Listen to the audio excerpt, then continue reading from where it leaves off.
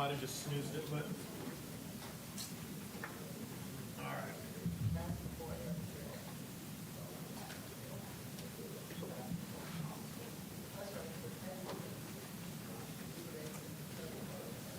All right, well, we should get started.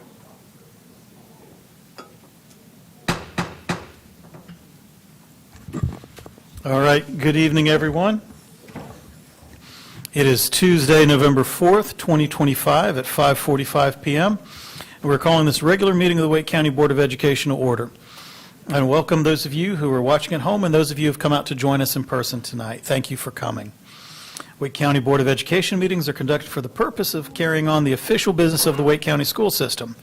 The public is cordially invited to attend board meetings to observe the board as it conducts its official business. Persons who willfully interrupt, disrupt, or cause disturbances at an official meeting may be directed to leave by the presiding officer. Members of the audience should show respect for the speakers by refraining from loud comments or any other disruptions while someone is speaking. Disruptions by any person or persons of a public meeting will be subject to action in accordance with General Statute 143-318-17. So we do have a member participating virtually tonight. Ms. Lynn Edmonds is joining us by WebEx. So we will need to conduct all of our votes tonight while we have a virtual member participating by roll call.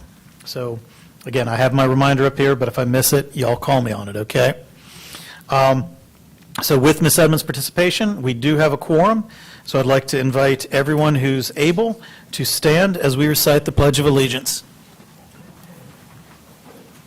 Pledge of Allegiance to the flag of the United States of America and to the republic for which it stands, one nation, under God, indivisible, with liberty and justice for all.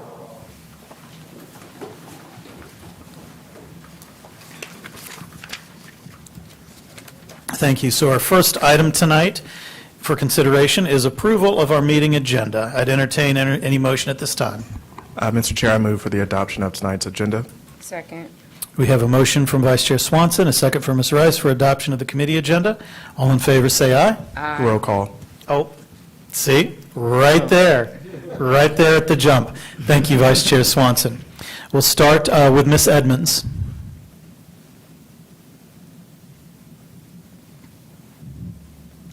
All right, Ms. Edmonds may still be connecting. Mr. Hershey? Aye. Dr. Ng? Aye. Chair votes aye. Vice Chair Swanson? Aye. Ms. Caulfield? Aye. Ms. Rice? Aye. All right, with, I believe, 6 voting in the affirmative, the agenda has been adopted. The first item on our agenda tonight, again, just because we do have some members remotely, we want to jump to our action item. The Chief of Staff plans for improvement of low-performing schools in accordance with Dr. Clinton. It's the plans for improvement of our low-performing schools, and Dr. Clinton Robinson will present.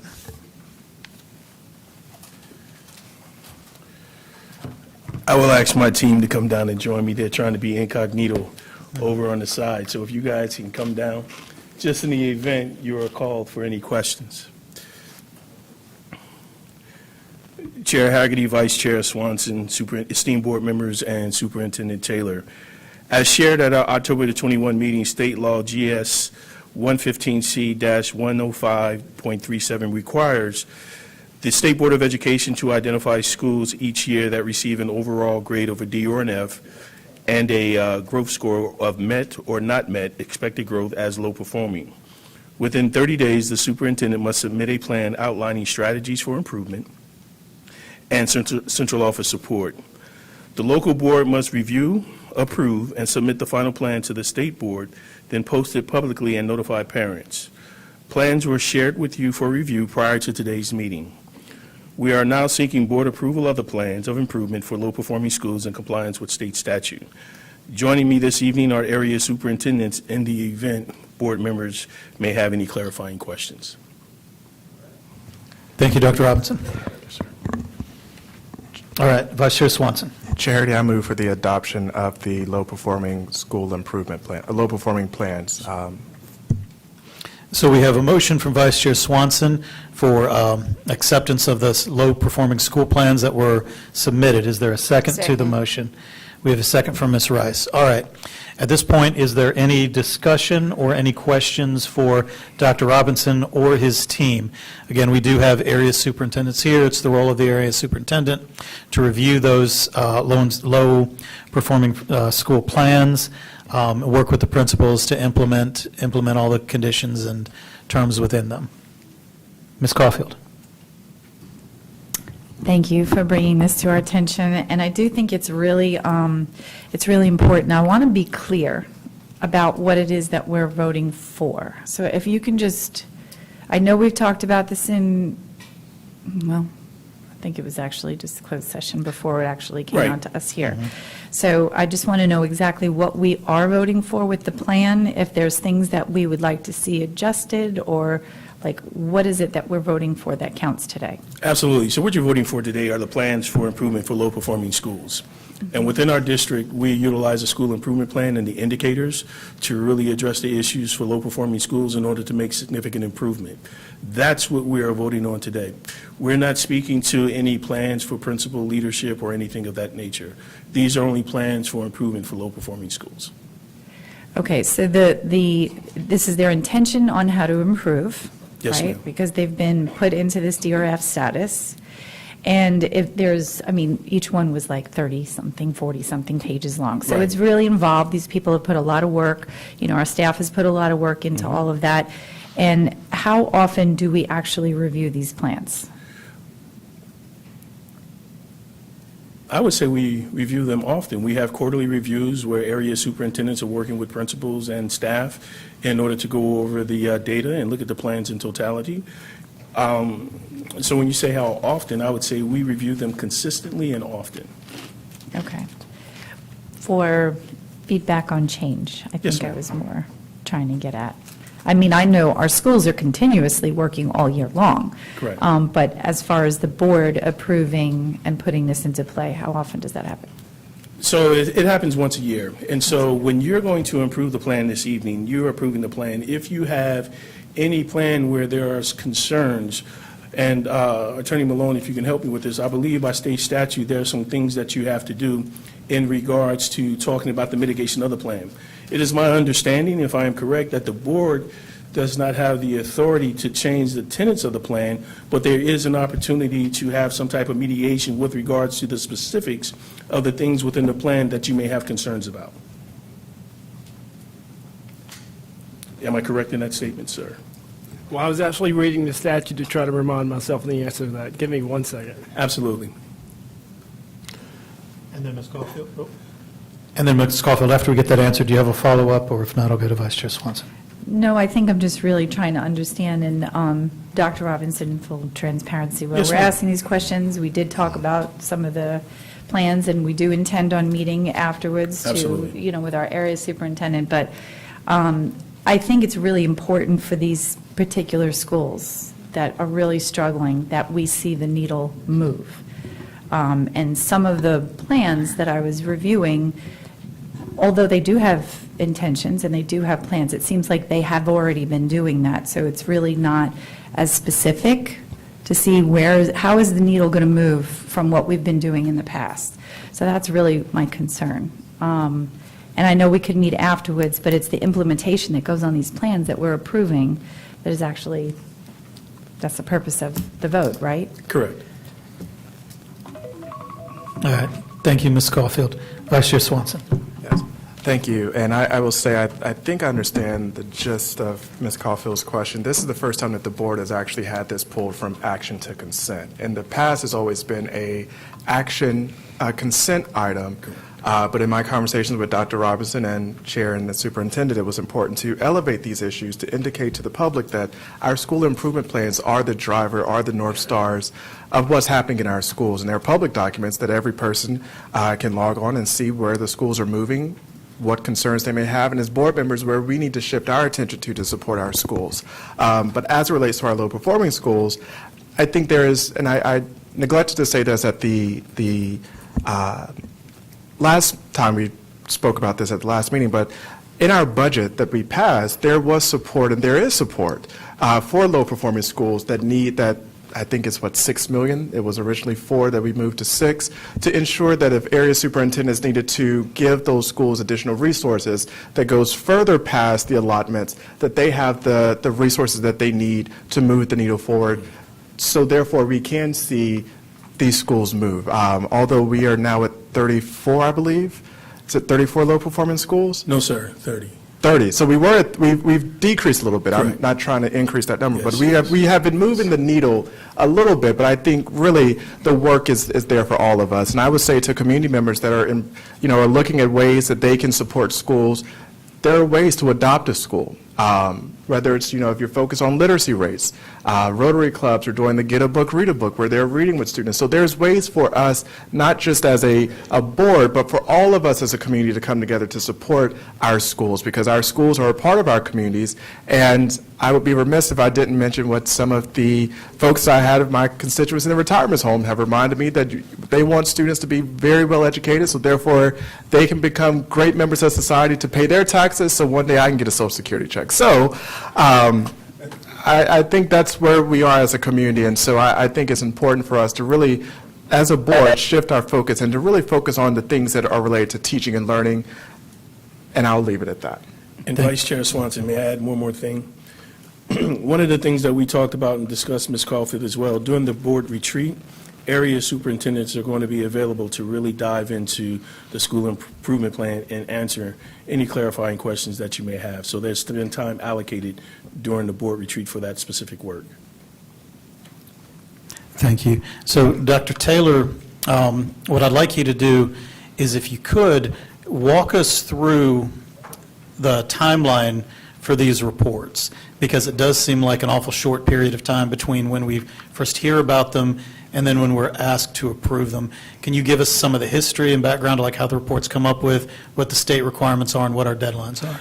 And so when you look at the timelines that are in the statute, they're pretty firm in terms of a 30-day progression. And so the state board will approve state results, and that's usually in the September timeframe. And then after that, a district has the 30 days to be able to approve not only the principals, but as well as the low-performing school plans. And so this is what I do want to add clarity to, that I think will answer Mrs. Caulfield's questions, that what you are approving is a plan for those low-performing schools to approve. Now, what we do in the district is that plan is reflected within their school improvement plan. And so a district can have the option to either having a separate plan for improvement or having that plan reflected in the school improvement plan, which is what we ask you to approve. And so, and I also will go back to what Dr. Robertson referred to in terms of the board not necessarily being able to change the specific plan that a school has presented, but can give feedback on what's in that plan. And so we adhere to the timelines that are reflected in the statute, which will usually come that period after the state board has approved those results. And then we, approve principals, either bringing them back with a plan, without a plan, or moving them to another school based on what the statute says, and then also approving the plan for those schools performing. And so it's a pretty fast timeline. The other thing that I will add to this is that I, along with the chair and the vice chair and other members of the board, do want to bring attention to this, because this is something that has not come to the board before in this particular manner. And so area superintendents do make sure that the school improvement plan, the principal goals, and the strategic plan do align. And so ultimately, we want principals and teachers to hear that this is a conversation that we're having, and that it is not a plan that sits on the shelf, that that I have tasked area superintendents, as the board has tasked me, to make sure these are the things that we address in these plans. But ultimately, Mr. Chair, as you said, it is the timelines that are reflected in the statute, and we adhere to those pretty closely. And that is why there's not a lot of room for conversation, but it is what we have the opportunity to conversate after we approve these. And so, Mr. Ballone, I see you chomping at the bit to say something about what you read in the statute. I don't know. I definitely wouldn't say chomping at the bit, but the statute says that the board's options are to approve, modify, or reject a plan. It's what the statute says. So those are the three options available to the board tonight. Thank you, Mr. Malone. So, Dr. Taylor, just to follow up, we talked about the low-performing school plans, but we also talk about the school improvement plans, which every school in the district has. So can you tell us a little bit about those plans, how they run concurrent with the low-performing school plans, and then is there any ability to provide any feedback or direction on those school improvement plans? Yes, so the school improvement plans don't necessarily run concurrent with the low-performing status, but it is one of the mechanisms that we use to address the low performance plans. Now, our school improvement plans run on a 2-year cycle, and I would assume we're in year 2 of the cycle. It'll come next year. It'll come next year, correct? This is Yeah, year 2, year and two. we're going to do it year 26. Yeah, and so that our constituents will know that is a 2-year plan that is presented and is approved. But schools also work within that 2 years to make any changes in that plan that we would deem necessary or required. There are quarterly reviews that all schools are engaged in. Area superintendents will be reaching out to board members, so if there is a particular review when it's on the docket that you want to be a part of, you can come out and review that. But that is a 2-year cycle, and that is separate from the low-performing plans. But ultimately, we use that plan for the improvement of the low-performing schools. So ultimately, we use it to kill, well, 2 birds with 1 stone. I'm trying not to use those words, Dr. Robinson. But using that plan to deal with both the low performance as well as the school improvement plan, if they are a low-performing school. But every other school is a 2-year cycle, and then we have opportunities for feedback on that. So if I understood you, it is the school improvement plans are a living document. Correct. Such that there can be changes or modifications made by, the guidance with area superintendents and other, the district staff and the board as needed. Absolutely. And so that is one of the great things about the academic data that we get back. Area superintendents will make sure that if there are some major changes that need to be made in the school improvement plan, then they have the school and academic data to drive what those changes are. It is the same thing that they now will double down on as it relates to principal goals that are reflected there. And so what we want to say to everyone is that we welcome people to review the plans, to give that feedback, because you and I have had conversations about some things that we feel may not be reflected in the plan, and so that is where we want them to make sure that they are paying attention to that and making the necessary changes when they get new achievement data that requires them to go into a different direction. And so I don't want to put any area superintendents on the spot, but if one of you will sort of reflect on how you had those conversations with a school in terms of directions that you would have them to go differently with their school improvement plan. Any of you that would want to comment on that? Good evening. Good evening. So one of the things that we do is to meet with them regularly, particularly once we receive the student achievement data back. Then we go through different sessions with the principal. Our senior administrators also meet with the process chairs and the people that are working on school improvement within the district, and ensure that as we do an assessment of that school, that we're able to address the new student achievement indicators that may have come up. So sometimes those are good if they've mastered some indicators that are a part of that school improvement plan, and sometimes there's some areas where they've fallen short, then we want to be sure that we have the opportunity to address those. And so we work with them in terms of adjusting those school improvement plans. That's why we do refer to it as a living, breathing document. And then we also address that within the principal's performance goals as well. So could you also talk about the difference in the indicators in a school that may be low performing versus one that is not, because there's an additional requirement? Sure. So the state requires that we carry additional indicators for schools that are identified as low performing. And so that's why sometimes when there's conversation about it seems like they're the same or it seems like they haven't moved or changed, It could be because you're looking at the indicators, and those specific indicators do not change unless they master those indicators. And so we do carry additional indicators for low-performing schools. All right. Thank you, Dr. Taylor. So I just want to check either Mr. Overman or the Cardinal of Colleges here, the College of Cardinals here. There shouldn't be anything that a board member brings up in a school improvement plan that catches any of you by surprise. Is that right? That's correct.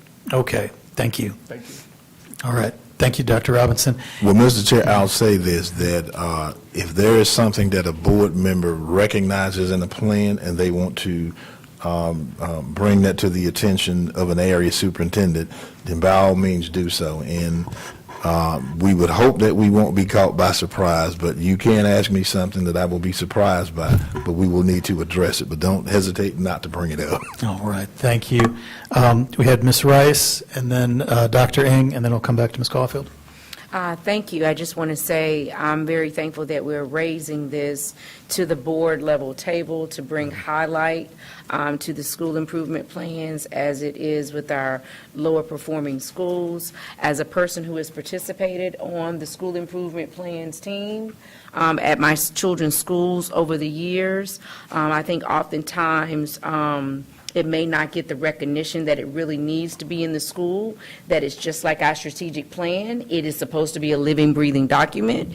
And so I think for us as a board, highlighting this is very necessary and very helpful to bring it to the table, knowing that our schools better understand and that we're aligning with the fact that, hey, this is what is necessary for better outcomes, so that everyone has the buy-in for it. So I just really wanted to say thank you all for, raising the bar for that with our principals and supporting our schools. And I think for Vice Chair Swanson for bringing this up at a higher level. So I think it's necessary, something that I always thought was very important around creating those plans, but really raising it up so everybody understands this is what's necessary for our schools to improve.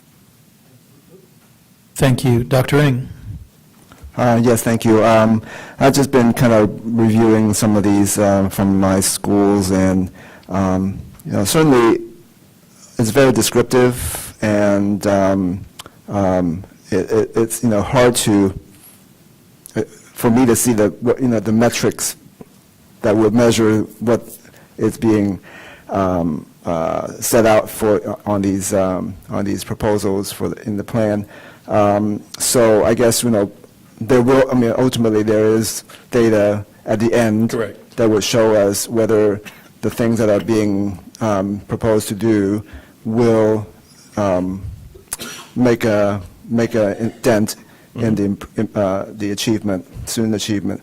Now, my question is, is there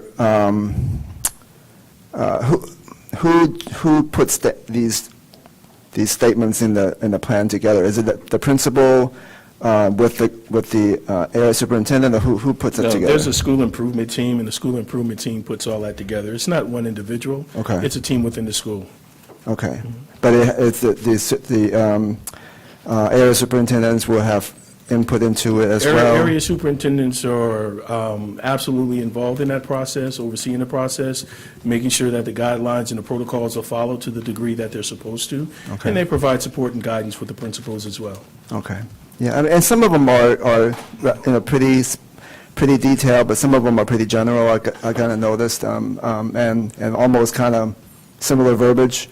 And so, it would be nice to see or hear about some of the granularity of the plans, in terms of kind of school-specific stuff. During the board retreat, we're really going to be able to unpack all of it and share specifics and details with regards to what's in those plans. Thank you. So, Dr. Ng, one of the things I would add is that because we have 203 schools, it makes it logistically hard to be able to bring those plans to be approved. I think in the largest district I was in before was Cumberland. We had about 80 schools, and that was a process that they could come to the board. And obviously in smaller districts, they would be presenting to the board. But that's where I do want to encourage board members to come to those quarterly reviews, and you can ask these kind of questions about a school improvement plan.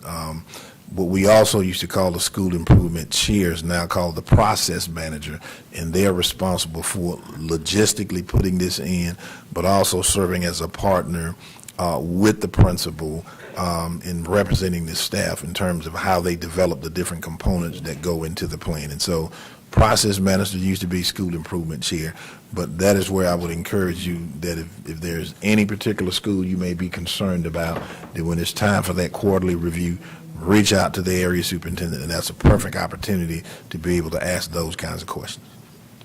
Okay. Thank you. Mr. Hershey. Just a process question about how these are put together. Can you just talk about, we have some schools where principals retire all of a sudden, and then all of a sudden you have an interim for 3 months and then a new principal. Can you talk about how, for us and for the public, how putting these plans together is impacted by those types of situations? Absolutely. And what I am going to do is I'm going to defer to my colleagues and have somebody to come up, because they deal with this quite often, and they can provide you more details. Yes, good question, Mr. Hershey, thanks. Yeah, you're right, that definitely can happen, and what we have in place, like Dr. Robinson already referred to, is a school improvement team, and that school improvement team is led by process managers, right? And those process managers, we provide training and guidance and coaching and professional development over the course of the years in the development of a plan and the understanding of the indicators. So those process managers are in place, whether a principal should leave a school or not leave a school. And there's usually co-process managers at schools, so it's not just single point of failure on a plan with somebody that has a knowledge. But even beyond that, it's a full team of folks, right? It's not just the process managers and the principals talking together to develop a plan. It's usually a pretty robust team at the school. So when one person, to your example, principal, leaves, or a school process manager leaves or retires or whatever, the plan doesn't fall apart, the process doesn't fall apart, it continues to go. Yep. All right, thank you, Mr. Hershey. Ms. Caulfield. Yes, I certainly appreciate this being moved to an action item because it's a really important subject, and the process, because I know that it takes a lot to put, and you can see the details that are in the reports. There's a lot of information in there. It does feel a little bit rushed. So trying to go through that, I had 7 schools, and if you just average them at 33, 40 pages with line details, it's a lot of information. So putting the time into reading what is happening, and it goes back for many years, so you can see like the progression. But for me, it's all about moving the needle for our students. Some of my district plans, they were great. I could see that they've made a lot of changes, and they're like, okay, we're shifting, this is how we're doing it. Not necessarily major changes, but they've been able to see what they were doing before and make changes, and some are not. So right now, I guess our vote is just going to be, it's either a yes or a no. But especially what we just saw in the last presentation and seeing the numbers, it alarms me to not have that full conversation. And I feel like some of our schools are not new to being low performing. And some of them do have continuous, the principles, are the same. So although it is proposals and we're seeing what they want to do, some of them are not new. So for me, that's kind of challenging to approve that. Like, we see the wording like monitor, PLCs, SEL, meetings, walkthroughs, but they've been doing that all along. So for me, I would have rather seen, what are we doing different, knowing what we've done already, what can we do to push this to the next level so we can see results. So I'm struggling with that, I'll just be honest. Thank you for sharing. So I'll agree with you on what you're saying, and this is what I mean by that this is for area superintendents and for me, the multifaceted part of the work. And so that means that if a school is not performing and moving where it needs to be, then we have to determine, is that the leadership? What are we going to do to help that principal to be better at leading that school? Do we need to get an ELC involved at a higher level? Is it the inexperience of the staff? We're going to have instances where a high percentage of the staff are provisionally licensed and BT1s, if you will. Those are all the things that we have to look at to determine what is the root cause of a school not performing. And so what I can tell you is that they know that's something that we're laser focused on, that I'm laser focused on as a superintendent. And so when we have our conversations in our meetings, it is about what are the issues that we are seeing? Is it a singular thing? Is it multiple things? And then what kind of supports are we going to put in place? So that's when we talk about having a cohort of principals to go through high-impact feedback. When we look at who we assign ELCs to, when we go in and do PLC work, when we look at what school is going to land on what tiered level, those are all the multifaceted things that we have to do. And so I appreciate you asking those questions, and it is good that everybody hears that this is what the big part of the focus is, that we want to be able to know what is the root cause, and so that when I ask superintendents and you all ask me, I'm able to answer that question, because if I can't, then these are the people that I'm going back to, and I know who they're going back to. And so this is what has to happen if we're going to move the needle, so I appreciate it. Can I just ask a quick follow-up? Quick When follow-up. does this have to, is it have to be approved before November 18th? I believe the date was. I believe it was 30 days from the time that it was presented to the board. Correct. Is that last Wednesday? Doing my job, great. Just saying. Yeah. So is that last Wednesday when we got the report? It would have been our last board meeting. It'd be the It was presented. 21st. Yeah. That'd be, yeah. So I understand what you're saying, that means that when we presented it, the next board meeting you would have would be within those 30 days. And so unless you decided you wanted to convene a call meeting to address it within those 30 days, you're normally going to do it on the board meeting that's going to fall in between, but, you know.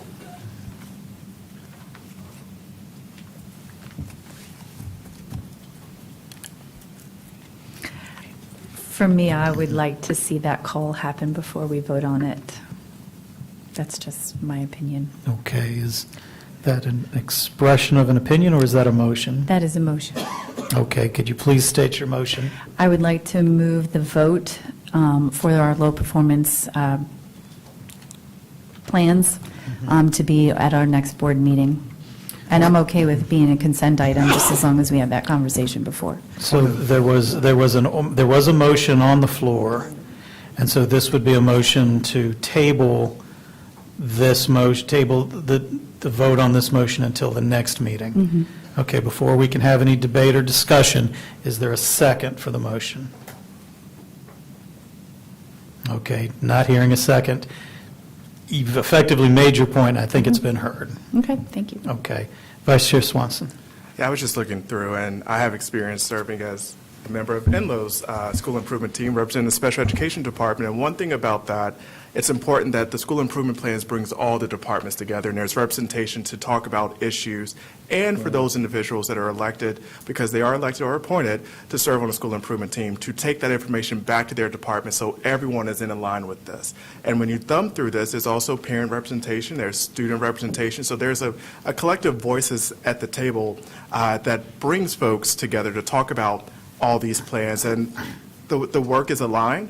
And they also connect it back to our strategic plan. And I also just want to thank Dr. Robson for, sitting and the area superintendents, number one, for being here and for doing the work daily and keeping up with these documents on top of the million things that you have to do on top of that, but for giving us opportunities to select or to offer feedback prior to this meeting, which was in your email. And so for me, I'm prepared to, move forward with this. And it's a fluid document. There's opportunities, but I think that, it could be helpful as school visits are happening to do learning walks. One thing that I do, and Dr. Chavis is sitting there, and so is Mr. Overman and Mr. Williams, who I work closely with, I love to do the learning walls to see what the students are learning. You should be able to walk into a classroom and see the objectives on the board as an indicator of what's happening versus having to guess. And so I think, these plans are the plans. And I think there's ways for us to keep moving the needle that does not require us to delay a vote. Thank you, Vice Chair Swanson. So I will announce Ms. Edmonds, who had been with us virtually, did have a professional conflict. She is on a business meeting out of town. She's had to drop off the call. Before we move to a vote, I did want to acknowledge Ms. Christina Gordon and just see if she had any questions or comments at this time, and if not, we'll move to a vote. Ms. Gordon? I don't have any questions. Can you all hear me? Yes, ma'am. Okay. I don't have any questions at this time. I think it is just, I really want to stress the point to the public that the school improvement team is made up of several individuals, not just the principal and staff, but it is staff, and there has to be, by law, there has to be a parent representative. So I think that is really crucial in this discussion that we're having about school improvement teams and how much the work of the team brings about the improvement of like the overall school. So that's the only comment that I have, but I am prepared to vote. All right, thank you, Ms. Gordon. All right, at this time, is there readiness to vote? All in favor of the motion? Roll call vote. Thank you. I even had the note right here in front of me. At this time, we'll move to a vote. All in favor of the motion on the floor from Vice Chair Swanson to adopt the low-performing school plans will say aye. We'll start with Ms. Gordon. Aye. Mr. Hershey? Aye. Dr. Ng? Aye. Chair votes aye. Vice Chair Swanson? Aye. Ms. Caulfield? Sorry, Dr. Robinson, no. And Ms. Rice? Aye. All right, the motion carries. Dr. Robinson, the plans have been approved and can be submitted to the state. Thank you. All right. That concludes our action agenda item. Thank you all for your participation. The next item on our agenda is the public comment portion. I don't believe we have any students tonight signed up on the agenda. Let me double check. Nope. So, and we don't have any speakers speaking on agenda, so we will move to our off-agenda speakers tonight. Let me run through the instructions just in case there is someone who has not joined us before. There are just a couple guidelines for public comment. When you come up to speak, only the person speaking at the podium will be able to stand. All other attendees that are not speaking are asked to remain seated. Concerns related to personnel issues or student matters that can be addressed through applicable WCPSS personnel policies, the grievance policy, and other policies can be directed to staff and staff leadership that are here tonight. The board welcomes all points of view, including criticism directed at student ideas, actions, and substantive ideas, actions, and procedures. However, the board's public comment policy also requires that order and decorum be maintained. So in the interest of maintaining order and decorum, speakers are encouraged to direct their comments up here to the board, not to the rest of the, not to your fellow participants out here or other speakers. You must refrain from personal attacks or insults. Again, it takes a lot of courage to come out and speak up tonight. Maybe you'll hear positions you agree with, maybe other positions you disagree with, but please show every speaker the basic respect and courtesy that you would want as a speaker yourself. All comments are asked to remember that sometimes we do have children attending these meetings and to keep their comments substantive and civil.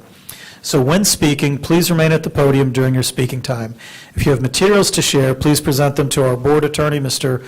Rod Malone, here at the end of the table. If you hand them to him before your comment or after the comment, it won't come out of your time. During public comment, you may speak for up to 3 minutes. The microphones at the podium are adjustable. Go ahead and adjust them before you begin to speak, and then once you begin to speak, your time will start. You'll see a green light come on, and it will stay on until you hear the first audible tone. With that tone, the light will turn yellow, and that's your sign that you have 30 seconds left. When the light turns red and you hear the tone a second time, your time is concluded. I'm going to call the next speaker up to speak. Again, please respect the time limit. Speak no more than 3 minutes. And we will jump in with our first speaker tonight is Mr. Joseph Deaton, who will be followed by Carol Gartrell.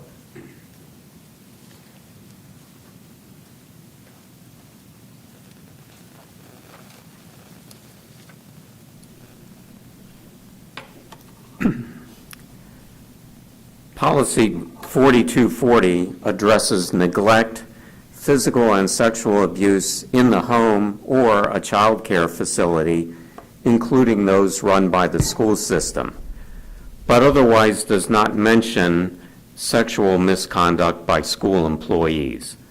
The latter topic needs to be the sole focus of a separate policy because the school environment is your jurisdiction.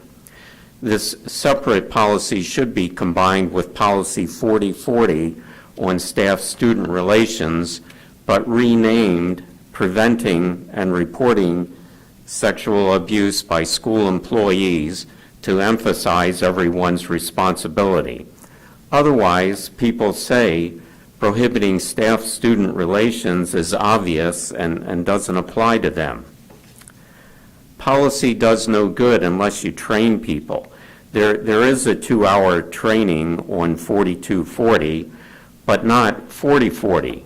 I could not find the actual training on the website, but the list of topics in Section G about sexual abuse was appropriate. The grooming process, warning signs, and legal reporting responsibilities. There needs to be training that's focused exclusively on sexual misconduct by school employees because other employees repeatedly fail to report suspicious behavior. It needs to be an annual training, not every other year like 4240. It needs to be required for all school employees, not just teachers and principals like 4240. Cafeteria workers, bus drivers, and custodians see things too. I did find the training video on harassment, and it was very well done, but was only 22 minutes. One or two examples were relevant to employee misconduct towards students. You need to build upon those examples to create training for a new policy specifically for sexual misconduct by school employees without diluting attention with what might be happening elsewhere. The examples must include all the common types of boundary crossing behavior so employees have a clear idea what they're required to report, and stress that the standard for reporting is not proof but reasonable suspicion of inappropriate behavior. Thank you. Good evening. Thank you. Our next speaker is Carol Gartrell, who will be followed by Danny Coleman. Good evening. Good evening, Chairman and Superintendent and all board members. I'm back because we feel that just about every week we are now attending funerals of our classmates, and not very many of us are left. And many of our alumni who are still living often are no longer living in Raleigh. So it is difficult for us to get people to come out. Some of them, like me, should not be driving at night. And then others are preoccupied with taking care of other parents. At any rate, my point is, it's already difficult to get people to come out, the ones who are here. And when we decide that the one community meeting that we will get to have November 24th is now requiring people to sign up or register, go online and register. And for many of those people, that's going to be a turnoff, and we're trying to make certain that people come out for that one community meeting that we are having since May 15th. So we're just, we want you to know that we're very grateful for the time that you've given us to even speak, but we want to make sure that we continue to make our presence felt, because we are still working to keep Ligon at the top of the hill, not the bottom of the hill in the back of the school. History is valuable, and I know it doesn't bring in a lot of money, that a lot of new buildings that are across the street from Lenore, on the Lenore Street side, multi-million-dollar condos coming up. We still want Ligon to be visible, and we want you to consider that as you continue to hear our plea to keep Ligon at the top of the hill. Thank you very much. Thank you. Our next speaker is Danny Coleman, who will be followed by Amy Chirukuri. Thank you.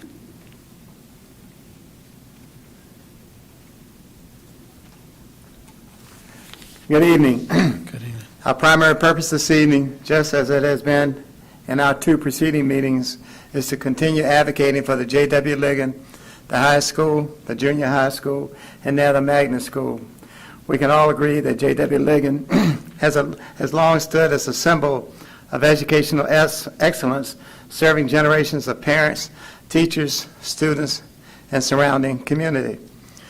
We come tonight to express our gratitude for your leadership and to reaffirm our request that J.W. Ligon remain on this historic hilltop, a lasting testament to the school's legacy and a visible beacon of learning, pride, and community for future generations. We also want to acknowledge the strong spirit of partnership that has always characterized this city and county. The late Senator John Winters often reminded us that to have a friend, you must be a friend. That same spirit guides us tonight as we seek to work with you in a spirit of mutual respect and shared purpose. We recognize the difficult choices before you as you plan for the 26-27 academic school year and beyond. Just as you have listened to our concerns, please know that we hear yours as well. We are committed to being constructive partners and finding thoughtful, sustainable solutions to our shared challenges, especially those related to funding and long-term planning. This week, we're also extending our thanks to the many organizations and individuals who have voiced their support for preserving J.W. Ligon's historic site and keeping it where it belongs on the hill that has long represented opportunity, achievement, and hope for the community. Thank you very much. Thank you. Our next speaker is Amy Chirukuri, who will be followed by Dharmesh Parayawala. Good evening. Please bear with me as I am here to again speak on behalf of the Sutherland community regarding the 2026 school reassignment proposal. We feel that Sutherland is unique in its proposal due to our prior assignment history, particularly related to Mills Park Middle. While we understand this history does not make us immune to future reassignments, we do request that the board fully consider its prior impact. When the Sutherland neighborhood was established, we were the only community off Green Level Church Road assigned to Turner Creek Elementary and Salem Middle School. All surrounding neighborhoods within a several-mile radius were assigned to Mills Park Middle, with the exception of Sutherland. When White Oak Elementary opened, we were reassigned to White Oak with a traditional calendar. However, our middle school assignment remained at Salem on the year-round calendar. Our community later petitioned for Mills Park Middle to align the school calendars, and our board graciously granted that request. With the 2026 assignment proposal, Sutherland will once again be sent back to Turner Creek and Salem on a year-round calendar. We are disheartened to hear that our community will again be denied the ability to attend our closest middle school. While we understand that reassignments are sometimes unavoidable, we do not understand why Sutherland is selected to switch schools and calendars when we already endured these challenges.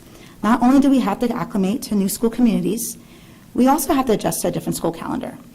Any family with a high school student will now have multiple school calendars to navigate. This is not an insignificant inconvenience. With this proposal, buses will service neighborhoods several miles further down Green Level Church Road and will pass the Sutherland community to attend Mills Park Middle. A new development 0.1 miles away is assigned to Mills Park, yet Sutherland is being reassigned. I respectfully ask why. Why is Sutherland once again being excluded from attending our nearest middle school? We have small enrollment numbers that cannot significantly impact the crowding concerns at any school. We are also right on the edge of the proposed reassignment map. I would like to further note that many of us moved to Sutherland when Turner Creek and Salem were the assigned schools. Our request to remain at White Oak and Mills Park Middle is not due to any negative feeling towards Turner or Salem. Our request is based on a belief that younger siblings should have the ability to attend the school their older siblings attended. Students should be able to attend middle school with the kids they grew up with in elementary school. And communities should not be flip-flopped back and forth between school assignments. As adults, it is easy to forget how impactful school friendships are to student engagement and achievement. Please remember, we are not talking about numbers or data points. We are talking about children In conclusion, I implore you to consider why the children of Sutherland are again being assigned away from Mills Park Middle, and respectfully request to remain at Mills Park Middle and White Oak Elementary as our base school assignment. I thank you very much for your time and consideration. Thank you. Our next speaker is Dharmesh Parawala, who will be followed by Mary Catherine Connor.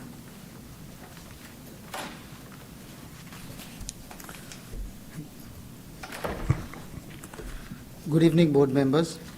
I'm resident of Sutherland community. I'm here to express our concerns regarding 2026-27 school enrollment proposal, and I urge that board member to limit any rezoning to the south of Green Level West Road. Just south of this road, the Veredis development, part of the town of Cary, Green Level Destination Center has already been approved. It includes about 1,300 residential units, multiple hotels, over 20,000 square feet of retail space, and upcoming Duke Health hospital expansion. The plan also adds new traffic signals and intersections, which will increase congestion along Green Level West Road and nearby areas. This single development is expected to bring 400 elementary and 200 middle school students, with several other projects nearby will add more. As a result, Turner Creek Elementary and Salem Middle School, both south of Green Level West Road, will likely reach capacity within few years. Green Level West Road is being expanded into major 4-lane highway connecting NC 55 and Green Level Church Road. It will serve as a natural proximity and safety boundary for school assignments. Reassigning our community south of it would force children to cross multiple major roads with no safe walking, biking routes, creating longer commutes, heavier traffic, and high safety risks. We are open to reassignment north of Green Level West Road, which maintains proximity, stability, safety, and consistent feeder pattern. However, moving our neighborhood south would disrupt that balance and create unnecessary risk for the families. Our community has already been reassigned in the past, and approving this proposal would make it almost inevitable that we will face yet another reassignment within 10 years, especially because our community lies outside of the proximity zone and it sits on the edge of the reassignment area. We respectfully urge the board members to prioritize safety, proximity, and long-term stability by keeping Sutherland zoned north of Green Level West Road. Thank you for your time and thoughtful consideration. Thank you. Our next speaker is Mary Catherine Connor, who will be followed by Dulce Rios. Good evening. My name is Mary Catherine Connor, and I'm a former Wake County Public School teacher, a proud Broughton High School and Root Elementary School parent, and the Root PTA's advocacy chair. I want to share a concern on behalf of many Root families regarding the recent House Bill 805 led directive requiring teachers to catalog every book in their classroom libraries. Last month, our teachers, administrators, and parent volunteers spent nearly 40 hours scanning, listing, and labeling the thousands of books that make up our classroom libraries, all while continuing to teach, plan, assess, and care for our children. As we tackled this task as a school, some teachers even apologized for having too many books. That should never happen. We saw firsthand that our teachers' classroom libraries are treasures built to spark curiosity, empathy, and a lifelong love of reading. They are doing what we ask them to do, nurturing readers, thinkers, and kind humans. And the results of this show in our strong student literacy growth year after year, but more significantly in our strong school community that extends well beyond fifth grade graduation. In the face of that, this new requirement added an enormous burden that pulled time and energy away from what truly matters, teaching. Furthermore, this directive was not something our parents were asking for. When we provided the opportunity for parents to share their feedback on the initiative, we heard the following 4 quotes. 1, This is a disgraceful undermining of teachers. 2, this is absolutely ridiculous. Teachers need to be teaching, not scanning library books into a database. I trust teachers to use their judgment. If we're curious about the books in their classroom, we'll visit the school or ask.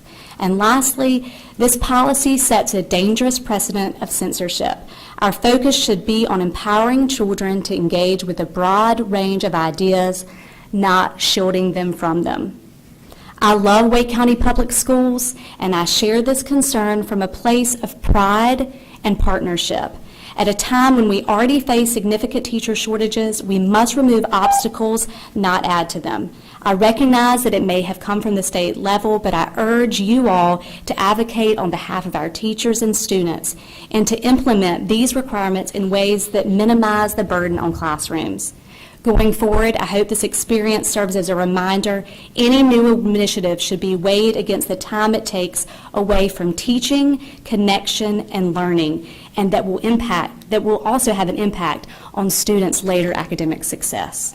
Thank you so much. Thank you. Our next speaker is Dulce Rios, who will be followed by Sherry Roche. Hi, good evening. Good evening. As a parent and former educator, I care deeply about the safety and well-being of all students.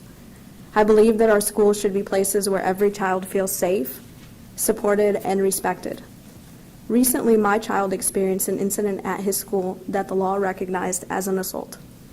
While I appreciate the staff's efforts, I'm concerned that the district does not prioritize immediate safety measures when allegations are made and while investigations take place. After the initial report, it took a couple days for administration to contact me with an update and almost a week for a proposed resolution.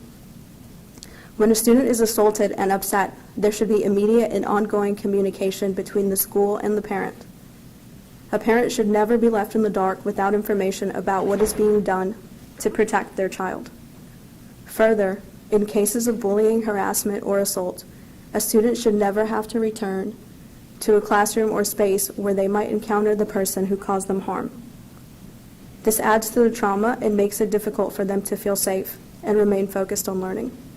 I urge the district to be proactive and not reactive, putting clear safety support plans in place before incidents escalate.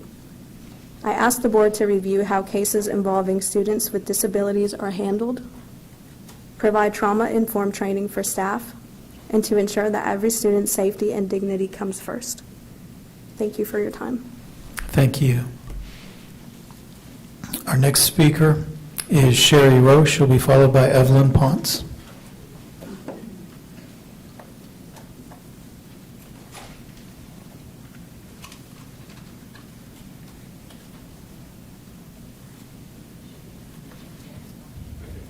Thank you. Good evening. Thank you for letting me speak with you tonight. Please join our group to advocate a halt to this Airport Boulevard Town Hall Drive Expansion Phase 1 project. We are interested in knowing how the Wake County Public School System, Board, and District stand on this issue. My name is Sherry, and I am a parent of a second grader at Cedar Fork Elementary School. The reason that I'm here tonight is to discuss the 4-lane highway that is planned to be built between Cedar Fork Elementary School and the Sterling Montessori School. The parents that have children attending these schools don't know that the 4-lane highway is planned to be built between their children's schools. The parents at the school should be told about this project and other details about it. Here are a few details about the project that we think they need to know. The first one, they need to know that the safety of their children arriving and leaving school will be more dangerous with the highway if it goes through. Second, speed limit on Airport Boulevard, the 4-lane highway, will be 45 miles an hour. It will cross over Town Hall Drive at that speed, and it will not be the normal school zone of 25. So you have 45 and 25. Third, more traffic on Town Hall Drive will make it even harder to get to school safely. We already have a problem with speeders at the 25-mile-an-hour school zone. Fourth, the traffic will increase and back up on Town Hall Drive. We already have that problem now. Just think if we add more traffic to Town Hall Drive. Fifth, the schools of Wake County already have an HVAC problem in many of the schools. Cedar Fork is one of these schools. Kids are either sent home early or they combine 2 classes into one room that has the proper temperature. Our children do not have a voice that will be heard. The voice will come from us, the parents, the teachers, and you, the school board. We have a lot of students and parents that enjoy walking or riding bikes to school. Then we have some students and parents that don't have a choice but to walk or ride their bikes to school. The families may only have one car or the parents don't drive. No buses are offered to the students that live nearby. We are in a no transport zone, which means that the parents are solely responsible for getting their children to and from school. We have close to 800 children that attend Cedar Fork Elementary School. It doesn't matter how they arrive or how they leave, because at the end of the day, all we want is the families and the children to get home safely. Thank you very much. Thank you. Our final speaker tonight, will be Evelyn Ponce.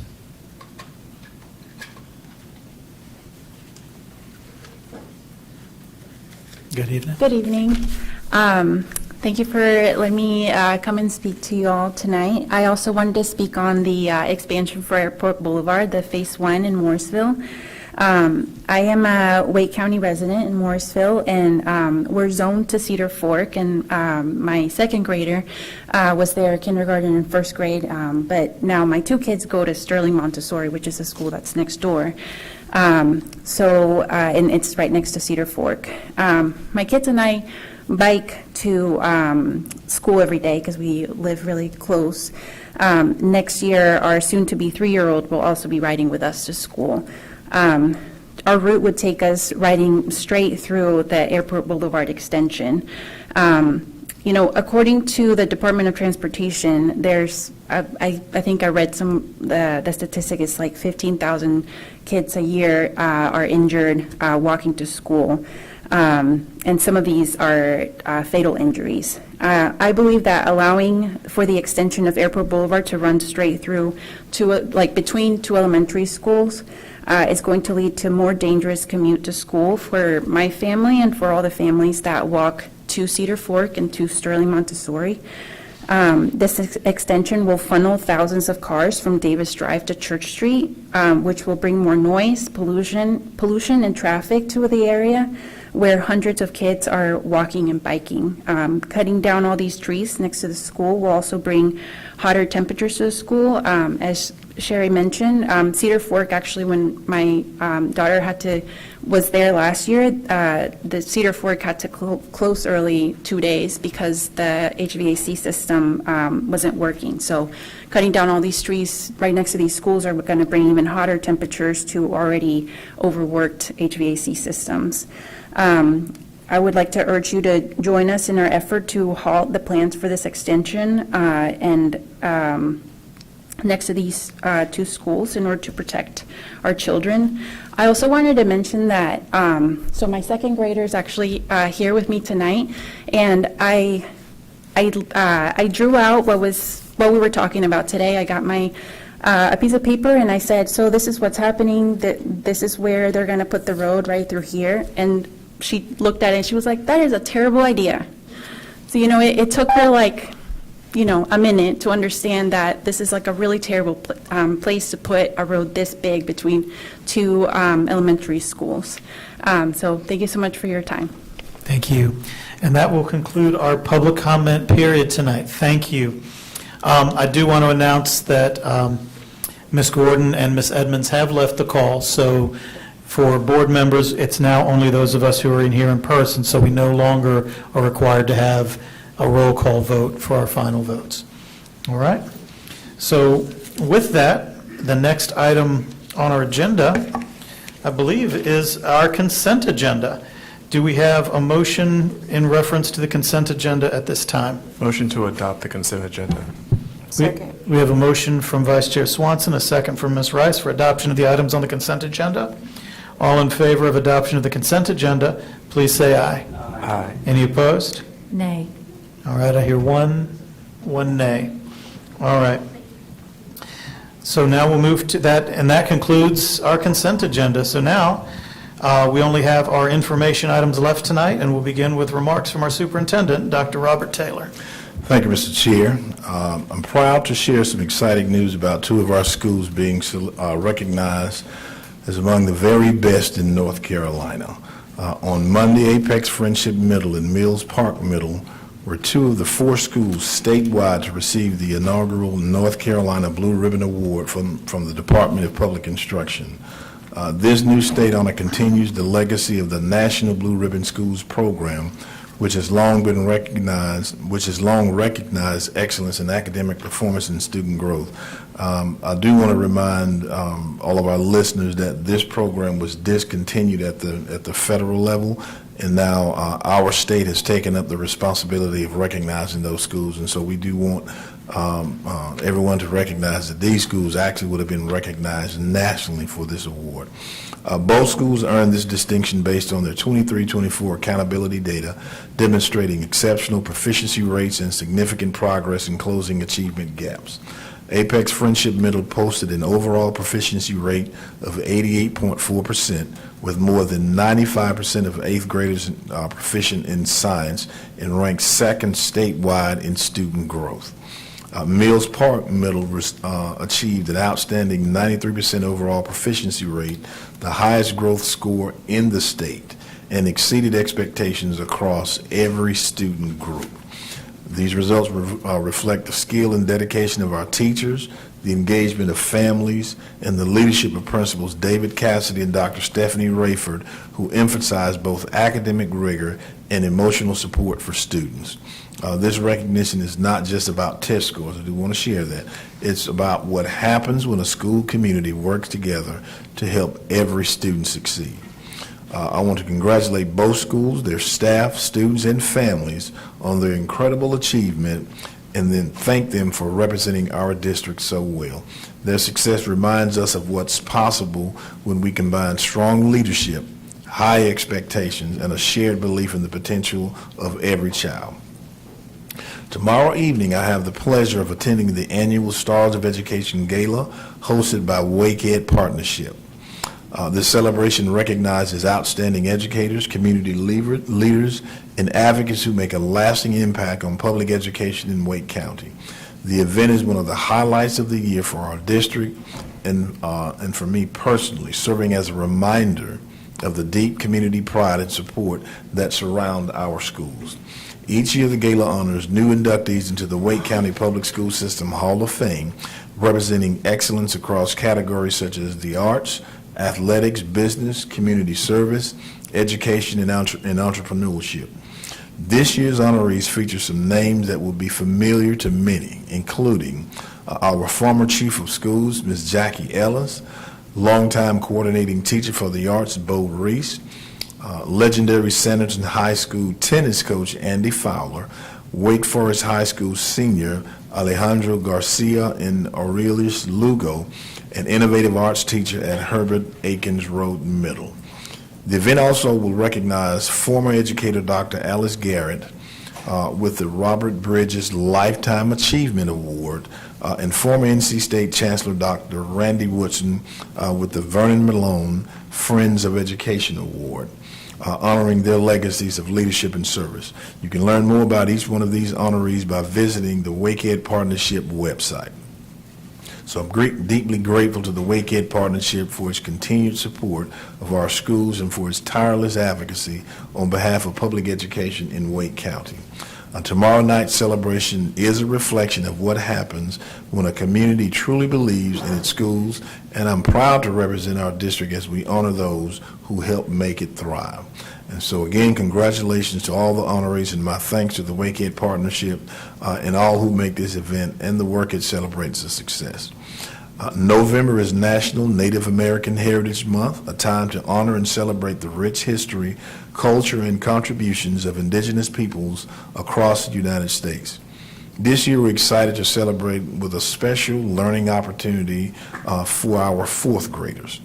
On November the 25th, students from 16 elementary schools will be visiting Marbles Kids Museum for an event called Together We Learn, celebrating American Indian culture. The event, developed in partnership between our K-12 Advanced Learning Services Department and Marbles, will feature exhibits, stations, and performances that explore the tribes and native cultures of North Carolina. We'll produce a video of this event, and we'll show that at our next board meeting in December. We're grateful to the Marble Kids Museum, Becky Locklear, and our entire American Indian Education Department, and our local tribal leaders and volunteers for helping make this hands-on learning experience possible. It's a powerful example of how partnerships can bring history and culture to life for our students while honoring the traditions that continue to shape our state and our community today. Finally, this week is National School Psychology Week, a time to recognize the tremendous contributions of our school psychologists and the impact they have on students, families, and school communities. The theme for this year, Finding Your Path, highlights how school psychologists help students and adults alike identify pathways to learning, growth, and well-being that fit their unique needs. Our school psychologists apply their expertise in mental health, learning, and behavior to help students thrive socially, emotionally, and academically, work that is essential to our mission as a district. This week is an opportunity for all of us to thank these professionals for the vital role they play in helping every child find success. I'm especially proud to share that one of our own, Jasmine Trauber, has been named the 2025 North Carolina School Psychologists Association Practitioner of the Year. So I think that's amazing when a Wake County person receives that honor of all psychologists across the state. Jasmine has served as a school psychologist for 10 years, 9 of them here in Wake County, and currently supports Pleasant Union Elementary and Sanderson High School. She was named the WCPS School Psychologist of the Year in 2024. She describes her work through the lens of our district's learning model, particularly Level 3, CME, focusing on truly understanding each student's strengths and experiences. Her collaborative approach has helped improve access, outcomes, and trust among students, families, and school teams. So we are deeply proud of Jasmine's leadership and grateful to all of our school psychologists for the care, professionalism, and expertise they bring to this district each and every day. And with that, Mr. Chair, I'll end my comments. Thank you, Dr. Taylor. Dr. Ing. Yes, sir. Caught me off guard. Good evening. Last Monday, I took part in the joint meeting with the Wake County Commissioners. I want to thank them for hosting the meeting. It was a very productive meeting, and as always, we appreciate their partnership, especially now that we are continuing to face some uncertainty in our state and federal fundings. So it is good that we can have a healthy discussion on how they can partner with us in our local funding. Last week, I also attended the grand opening of the Fox Road Boys and Girls Club. This building has triple the space of the previous Brentwood location and is able to serve 1,000 children each week. The keynote speaker was Lieutenant Governor Rachel Hunt, who is a big supporter of public education. And in attendance were members of the Wake County Commissioners, Representative Monica Johnson-Hostler, who we know, and Representative Sarah Crawford. The Boys and Girls Club board and many of the donors and supporters. After the ribbon cutting, we were all given a tour of the facilities by the children of the club. They were very cute. They were so excited to show us around. They were very fast also. I couldn't keep up. The new building is really a great addition to the North Raleigh community. Yesterday, Mr. Hershey and I had a chance to join Dr. Taylor and several senior leadership staff at the first regional facilities meeting. It was held at Durant Road Elementary School, and many parents from that school were in attendance. And I hope that they went away with a better understanding of how we have to address the competing needs of all the schools. The capital improvement plan budget may look enormous, but we also have an enormous number of schools, and many of them are 50 to 70 years old or older. But I'm glad that we are starting to refocus our resources to fixing our existing schools rather than acquiring more land. We talked about an evaluation that was done in 2021 that looked at schools that were over 30 years old and ranking them on a priority list for repairs or replacements. I believe this kind of assessment of all our aging schools need to be done on a regular basis, perhaps every 5 years or so, to see if the school's level of needs have changed. And I believe that we need to revisit the criteria that are used for this assessment. The schools in District 3 may not be as old as some of the historic schools that we have in our school system, but many of them are year-round schools, and they have had a high usage over the years. With this kind of regular reassessment, even if a school does not meet the criteria for a major renovation, perhaps it would point to the needs for some partial renovation or some extra TLC. And our next Board Advisory Council meeting will be on November 17th, Monday, at Abbott's Creek Elementary. Our speaker will be Dr. Brad McMillan, who's the Assistant Superintendent for Data, Research, and Accountability. He will give us an analysis of the latest student academic achievement data for our schools, especially for District 3. Dinner will be at 5:30, as usual, for staff and BAC members, and the meeting will be open to everyone starting at 6. And finally, today is Election Day, and my Constitution moment today is about election, and trying to remember that we have a responsibility to exercise our duty to vote. But what does the Constitution of the United States say about that? Actually, I did a little research, and it said the first time the phrase right to vote was used was actually in the 14th Amendment. The framers of the amendment wanted to make sure that there was no loss of congressional representation of a state if a state were to deny the right to vote to any of its male citizens over the age of 21 unless he participated in a crime. Since that amendment, there have been 4 more amendments to the United States Constitution talking about voting. The 15th Amendment prohibits states from denying the right to vote based on race, color, or previous condition of servitude. The 19th Amendment says that states cannot deny the right to vote based on sex. The 24th Amendment made sure that states do not impose a poll tax as a condition to vote. And the 26th Amendment made it possible for people age 18 and above to vote. So there's actually no constitutional assertion of a right to vote, only that the government cannot deny the right to vote based on these criteria.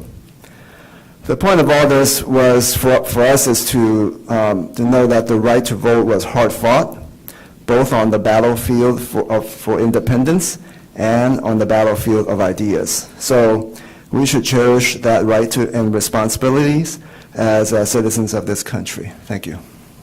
Thank you. Mr. Hershey. Thank you. I feel like if my colleague is going to do constitutional comments, I should do budget comments, specifically from the North Carolina General Assembly. I just wanted to lift up one part of an earlier meeting. I was listening, though I was not here. Long before I was on the board, Wake County Public Schools has done an excellent job with its career and technical education. And it's a question that we get asked often about. We are often asked if we do it, and then people are surprised with how robust it is. And people talk, especially in these days, about, hey, how about providing more trade education for students? Well, I have said before that a budget is a reflection of your values, especially when you control the funding. So we as board members, we are not able to tax anybody, so we are left up. We are in the hands of the state and the county and the federal government. So the one item I want to lift up is that we are getting $1.8 million less from the state for our career and technical education funding. $1.8 million. That means we have to find it from somewhere else. So if you're asking us to do more, and you would like to see that as part of a more robust education, prioritize that over cutting corporate taxes down. Prioritize that over sending voucher money to families who didn't ask for it and don't need it. A budget says a lot about what your priorities are, and it's the action that is important there, not just the words of asking school systems to do more in the trades. Those are my General Assembly comments. Now, on to the rest of my comments. We want to do some celebrating here in Wake County because it is state championship time across the state, and much like the North Carolina State women's cross-country team, which dominated at the ACC, we dominated in the 8A cross-country state championships this last weekend. Green Level girls won the 8A cross-country championship. The Broughton boys of District 6 won the 8A cross-country championship. And also, we want to do a shout-out to the Green Level girls volleyball team. They were down 2-0 and rallied to win the 8A state championship for girls volleyball. So really fantastic job. We had a lot of other schools placing very high as they have changed. We used to have 4 state champions, 1A, 2A, 3A, 4A. We are now 1A to 8A. We had a lot of schools that had a lot of success in our state tournaments so far, and we have more to come. Before I forget and close out, Ms. Edmonds asked me to just say a brief word on her behalf, and it was really just to, she wanted to lift up all the staff who work behind the scenes for tech support, so she's able to attend, and so all of us who are able to attend remotely when we have to are able to do so. So she said she had a lot of support today, and she just so appreciates the staff. The last thing I want to lift up, we had board comments today about the Ligon meeting and that registration may be required, and I'd like to get some information on that because I was at the meeting with Dr. Ng, sorry, just losing my train of thought here, yesterday, and I wasn't sure if registration was required for that. And we need to make sure that we're consistent. If we're not requiring registration for a facilities community meeting, I don't know why we would require registration for the Ligon meeting. And that's really important for me. And I don't know what the answer is, so I don't know if they were correct or not, but I wanted to lift up that from the board comments. Thank you, Mr. Hershey. And just in reference to that, we'll turn to Dr. Taylor at the conclusion of board comments, and he can address it. That meeting is not actually a WCPSS meeting, but is a community meeting organized by one of our board members. And for any more guidance on that, we'll come back around the table to Ms. Rice. Well, thank you so very much for allowing me to speak on behalf of my district to bring forth clarity. I'll address those comments within my board comments that's already been written so folks can understand that. So thank you, Chair, board members, and Superintendent Taylor. This past week, I had an opportunity to visit Bug Magnet Elementary, Carnage Magnet Middle, and Southeast Raleigh Elementary School, and I must say it was an inspiring time. Each campus demonstrated innovative, engaged learning in action, from hands-on classroom experiences to creative instructional strategies. It was evident that both students and educators are thriving in spaces where curiosity and collaboration are encouraged. I also enjoyed seeing superheroes and crayon costumes with delicious chocolate treats that were shared with myself and Area Superintendent Peckham. I am thrilled thrilled to attend the NC Music Educators Conference on Monday, November the 10th in Winston-Salem, where Enloe High School and Carnage Middle School will be performing from District 4. As we celebrate academic innovation, I also want to pause and highlight the 8 dimensions of wellness tip for today. It's environmental wellness as it connects to school working conditions and renovations. Just as we invest in student engagement, we must continue investing in the environments where our staff, teachers, and support learning every day. Safe, well-maintained, and environmental supportive spaces nurture both productivity and purpose. A healthy school environment sustains the well-being of everyone inside it.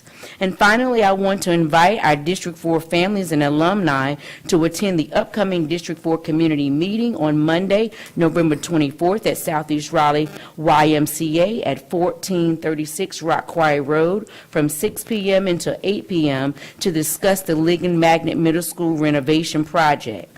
This session is specifically for the District 4 community to share input and engage in dialogue with me as your board member, along with Superintendent Taylor. Joining. Please register at ToshibaRice.org/Ligon. Registration is preferred but not required. The district will host additional community meetings led by the superintendent and staff to ensure continued transparency and collaboration as the project moves forward. Let's keep leading with engagement, excellence, and wellness for all so that we can have a positive and productive day. And so, even though I've ended my comments, I want to address everyone so that we have all points of clarity. This Ligon project is very important, and I want to continue to thank all colleagues who understand that and who want to support Ligon and whatever the renovation project looks like. What I will say is that unfortunately, as a district, we did things a little bit different.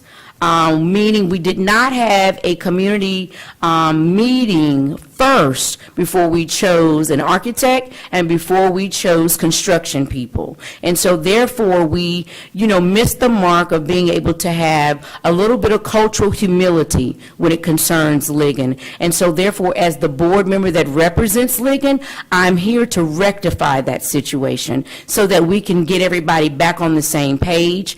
I have been making sure that I've told everybody that this meeting is being called by me as the board member because the community felt unheard and unseen what had already gone forth with the previous meetings that we've had. It's been my understanding that after there's been a loud outcry, including from myself as a board member, the superintendent is also going to come back with the facilities team and host further community meetings that will be led by the district. However, in order for me to best advocate as one of the 9 people around this table to share with my other colleagues, you all, what is necessary, it was necessary for me to hear from my community first so that I can advocate appropriately, so that everybody could be on the same table, on the same playing field, and then Superintendent Taylor and his staff will follow suit, because those meetings were not already readily scheduled. So that's what the November 24th meeting is, and unfortunately, it is happening the week of the holiday, but it's only because the community said, I was trying to do it in 2 weeks. Community said, Toshiba, that's not enough time for us to get the word out. So please make sure that people understand no one is required to register. It is preferred. Why? Because Ligon has a large community and our YMCA partner is choosing to support us, and it would not be well thought of if we just had a meeting and just said people show up and we didn't have a control of how many people are coming so that we can plan appropriately so that we can do all things decently and in order. Thank you, Ms. Rice. Ms. Caulfield. Thank you. So I just wanted to explain that I had voted no for consent for policy 7820, because I feel that it's important to have all the things in the file for transparency so that we could recognize any unfortunate patterns and avoid problems going forward. I also feel it's important for our employees to have responses when it is dismissed, but it's important to have that paper trail. So for me, it was more a transparency thing, and I expressed that in the committee, so that was my thoughts on that one. It is important that we have all these conversations about lifting up our schools and being positive and making it a great place to live and work and go to school, and to try and hype up all the positive. I think it's great, and I think we should celebrate our successes. But when partisanship comes into play and there's a problem with presenting facts, it gets really hard to sit here or at home or in our community, our state, and our federal leaders to make decisions about what you want to do, either here on the board voting or voting at home. I'm still hearing from teachers that they are worried about the federal cuts, and hearing that teachers and special education students and families are worried about losing their jobs and their services. The administration has stated from the beginning that they are not removing services and programs from things like special education, from CNS, and our teachers. They are challenging the need to fund millions and millions of dollars of grant money towards being unbiased, like bias training and divisive initiatives. That is why they were cutting some of our funding. I think it is important to repeat what happened in our committee meeting last week, where we addressed the funding cuts that affected the administrator roles at the federal level.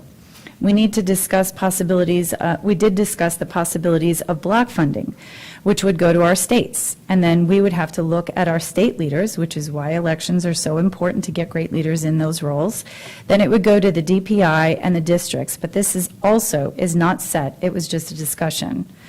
So I wanted to repeat that the funding is not removing our special education services or teacher roles, as Dr. Taylor had confirmed in our last meeting. I hear teachers that are still worried about their jobs and student services. So I felt it was important to be clear on that. We get our teachers, I know special education families really upset when we put out the what ifs that were never mentioned and what could happen versus what did happen and what is happening. We did lose the TSL grant because it fit certain guidelines on what they are removing, like professional development, that they didn't want it to be biased and based on ideologies. It is a valid question to ask if we can adjust our professional development or recruiting to get these grant funds. Other counties and other districts that are not doing these things are not losing funds, so it's important to ask that very question. So yes, well, we are still experiencing federal funding uncertainty at the government, that the government is still shut down. This is affecting all of us, and I think it's important to understand both sides of this. And in our busy lives and hearing what is being discussed here as well as home, I wanted to address it because it affects all of us. I think it's important to say the clean continuing resolution was approved bipartisan. The shutdown affects our service members, troops, TSA, our WIC program, SNAP, and other things. There is a lot of gaslighting and misunderstood information. I really wish that our news outlets and social media would go back to the days when you were only allowed to print facts instead of opinions. It makes it really hard for the people to find accurate information, so I really understand everyone's frustration and heightened emotions about it all. But here are some of the other aspects being discussed.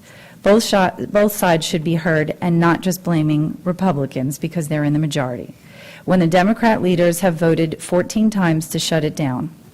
A tactic that they are using, knowing that the constituents they supposedly care about are going to lose funds like SNAP and the WIC program because they're more interested in spending trillions on other countries' ideologies in other countries. $1.5 trillion on spending obligations, $200 billion for free health care for illegal immigrants. I mean, can we help our own veterans, our homeless, and our displaced citizens here first? $500 million in one-sided news organizations. I do not understand that. Why? Billions in ideology awareness in Africa, all while cutting $50 billion in rural hospital funding. Yet they talk about free health care. And we might have all seen our insurance rises going through the roof, both our home and health care. Obamacare has raised 60% since it passed. Our costs continue to rise because nothing is for free. like our bonds that we pass at election time. Someone is paying for it. While they remove things like affordable health care in the budget, that affects our rural areas. If they really cared about the health care, they would approve it and open back up again. So let's be clear, there is no such thing as free, whether it is the grants that we are putting in consent, or free health care for all, or free housing for illegal immigrants. Who do you think is paying for that free? We are, the working class, trying to put their kids through school and college, seeking programs to help their families' well-being, families who are working 2, 3, and even 4 jobs. Those are the families that are paying for this affordable health care that is free to all. So when you see the premiums go up, as I have, and I'm sure most of you have, and our poor teachers are now, know that that free comes at a cost. The rest of us are paying for it. Not to say that families don't need assistance, and many times, but we need to serve our own citizens first, like our veterans, like our families who are displaced, and those in need. If we had all of that squared away, then maybe we can consider these extra funds to spend on other countries' special interests. The only reason that I bring this up is because as a leader, we all do hear all the misinformation or one-sided information, and it is being spread around social media. And I understand our teachers are getting scared and worried about their students, as our families are. I'm worried about their well-being, and they're worried about their jobs. As Dr. Taylor confirmed in our last committee meeting, our special education services are not changing, and our teachers' staff are not being affected by these cuts. The teachers' jobs are not being affected by the federal cuts. This is where good communication comes in, and having a conversation with our principal can help you understand if there is some kind of movement in the staff. And you could be as much, you okay? It could be very much because of the ADM or the need to change, or the needs have changed in your particular school. Each year brings a new set of students that attend for that school year. Sometimes those things shift and they have to make adjustments. But I felt it was important to clarify that nobody is losing their job or special education services because of these Department of Education changes. This is also adding to another reason why I fear that AI taking over and feeding us with information that is not factual or real or questionable. So I hope that some of this information either guides people to check out the information or it settles some of their concerns. Thank you. Thank you. Vice Chair Swanson. Thank you, Chair. You know, I do hope as we move forward, we can model behaviors, and if the public cannot speak for more than 3 minutes, I don't think board members should be able to speak more than 3 minutes. So let me model and get back to my remarks really quickly. I do want to thank my colleagues who were able to attend the joint meeting. I was unable to attend due to work conflicts, but was able to thumb through and listen online, and really appreciate the discussion that went through and the partnership that we have with the commissioners as we are all striving to support our students.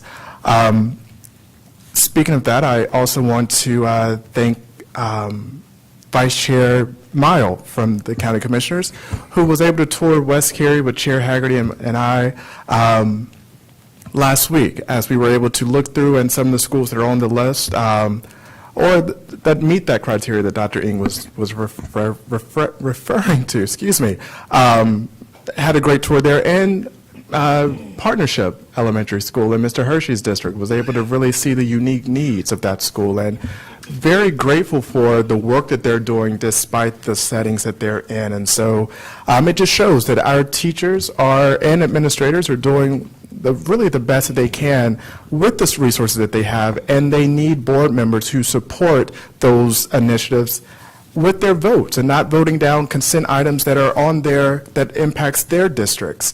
I also want to say that in my last couple of minutes that there's 6 minutes until election, so if you are in line, stay in line, show your ID, vote. I think 11 out of our 12 municipalities have elections on the local level. And so thank you, Dr. Ng, for lifting that up. And I wanted to add one other piece, which is the Voting Rights Act of '65, which was a part of that struggle that you referenced. So that's one particular piece as well. And so go vote, happy voting. And I would lastly like to just thank the Cary Rotary Club under Bill Fletcher's leadership. I had the opportunity to read yesterday to a couple of students, and I was a little late due to the time change, and the young man that I've been reading to for the past 3 weeks actually chastised me for being late, but was grateful that I showed up. And so I told him that I will be back and that I will make sure that I am there a little bit earlier. And so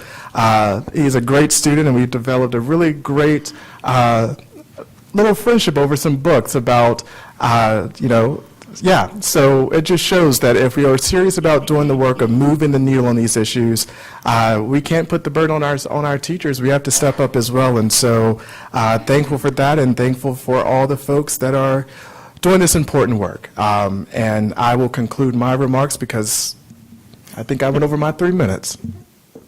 Thank you, Vice Chair Swanson. So to wrap up our board comments, I want to thank those of you that mentioned our joint meeting with the Wake County Commissioners, and I really want to thank those that were able to participate either in person or remotely. Meetings like this, especially when it's not in the middle of the budget season, I think are so crucial to helping explain our work to the commissioners, to hear from the commissioners about their priorities, and look for areas of, shared cooperation and collaboration.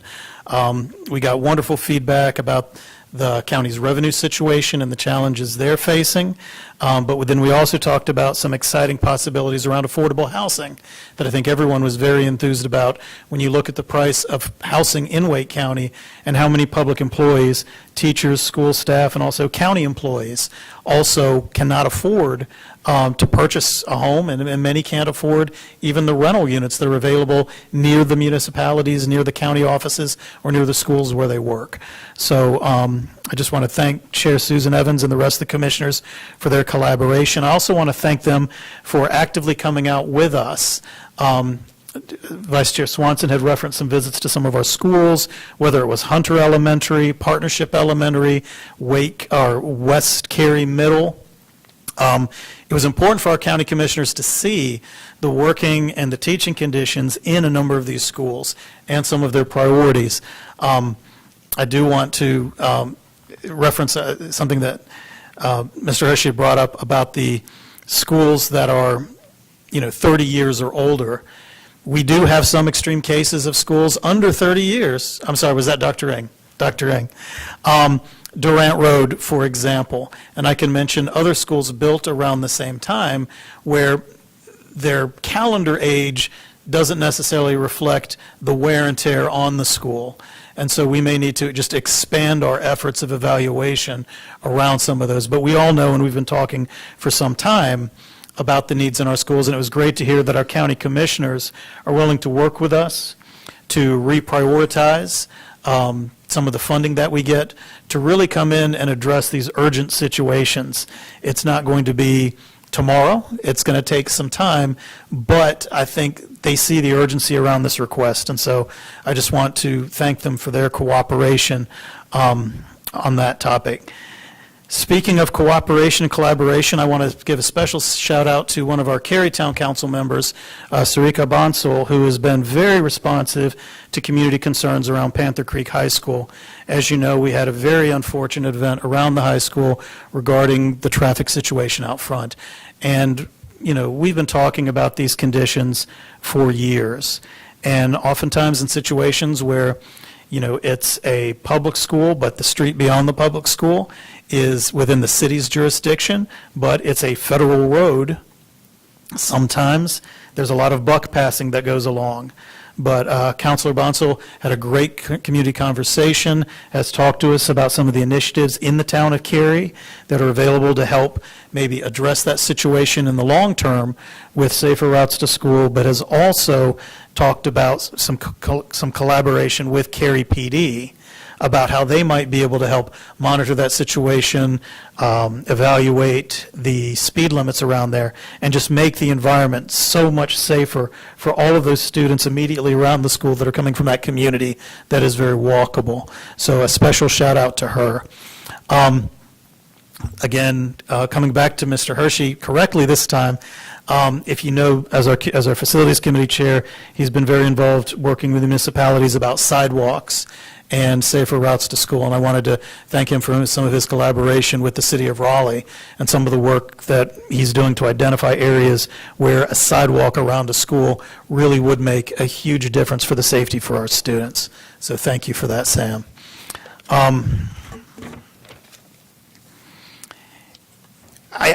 Before I leave the comments, I do have to come back to some of the comments that were made around our budget, because when we had the Budget Committee meeting in our budget chair's absence, there were some comments made, and I asked staff for clarification on those comments. And this is important because, you know, for full understanding of the situation, we have to understand where we are right now. We do not have a federal budget that has been adopted, but we have various budget proposals.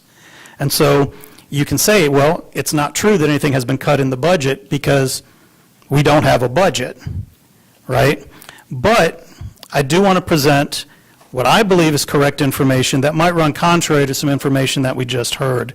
So by my research, we've seen cuts to the Department of Education. This has not been, we need to specify, cuts to Wake County public education teachers and public education staff. However, federally, by the numbers that I'm getting from the Associated Press, we have about 1,781 employees at the U.S. Department of Education who have lost their jobs. 465 during the shutdown alone have been laid off.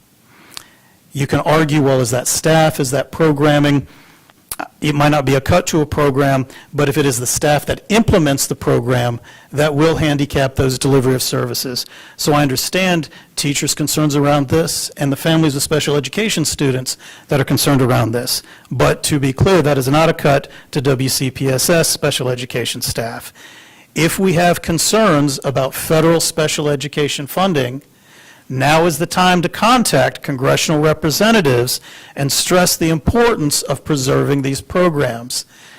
As we talked about with the unanimous vote around our continuing budget resolution, this should be an issue we should be able to build unanimous support behind, funding the needs of those programs that serve some of our most vulnerable students in special education.